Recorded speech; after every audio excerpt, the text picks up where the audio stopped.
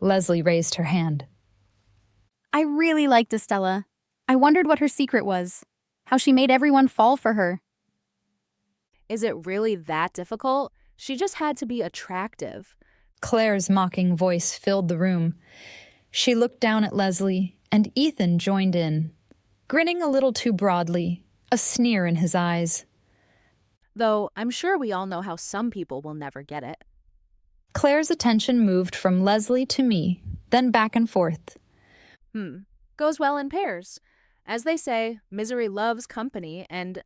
That was it. I'm sure you know all about that. I cut off her speech loudly. The class turned to look at me. Leslie clenched the table. I gave Claire a crocodile grin that could burn through stone as I prepared my next words. And I doubt you're the best person to enlighten us on how to be attractive. There was a shocked silence in the room, followed by oohs. Bang! Claire looked unfazed. And you are? Clearly more than you, since I don't have to step on the backs of others to feel good about myself.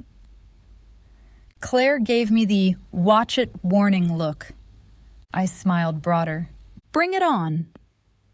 I'm glad we're debating Estella, since she's actually the perfect example for this. She was such a fraud. My voice echoed.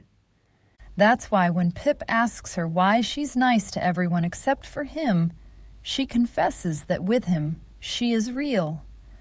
Nasty Estella is the real Estella. Without the lie, she's ugly. People murmured. Some laughed. Claire gave me a fierce look.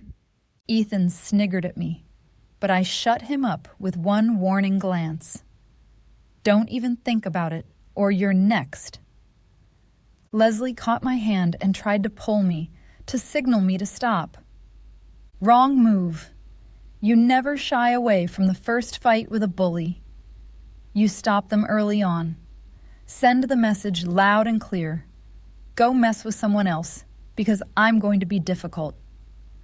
Wow, you're so smart, Claire said cynically. You read the whole book. Some people can read. I know, you're surprised. It's not that difficult, really. Everyone laughed. Except, she smiled coldly, a person who does not read good books has no advantage over those who can't read them. A Mark Twain quote. Damn it, I was well matched. She waited. Is Twain the only classic you ever read? He's good for beginners, I said.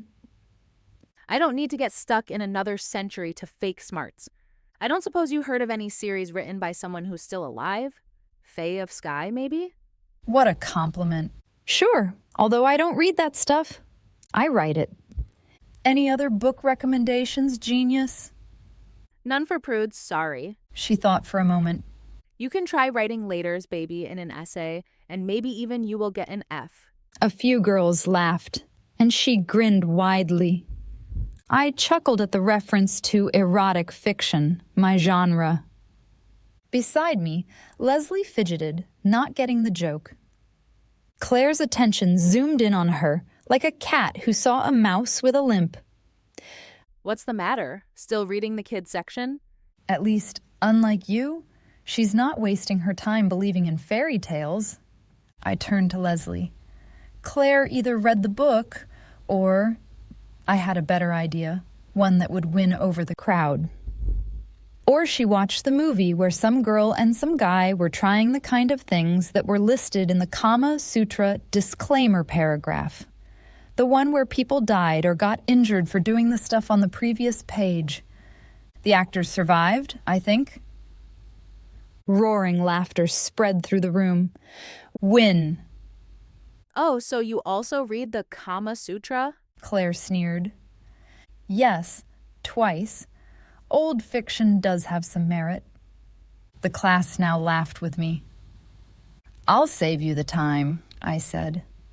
What you want is in Part 2, Chapter 6. The rest of the book is all about traditional Indian culture. Advanced stuff.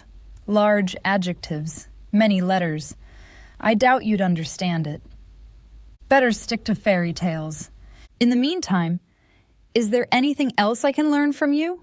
She sniffed. You better watch your back, Amber. The loser's argument. Finally, I won. Thank you. You too, I smiled back. Leslie looked at me with pure admiration.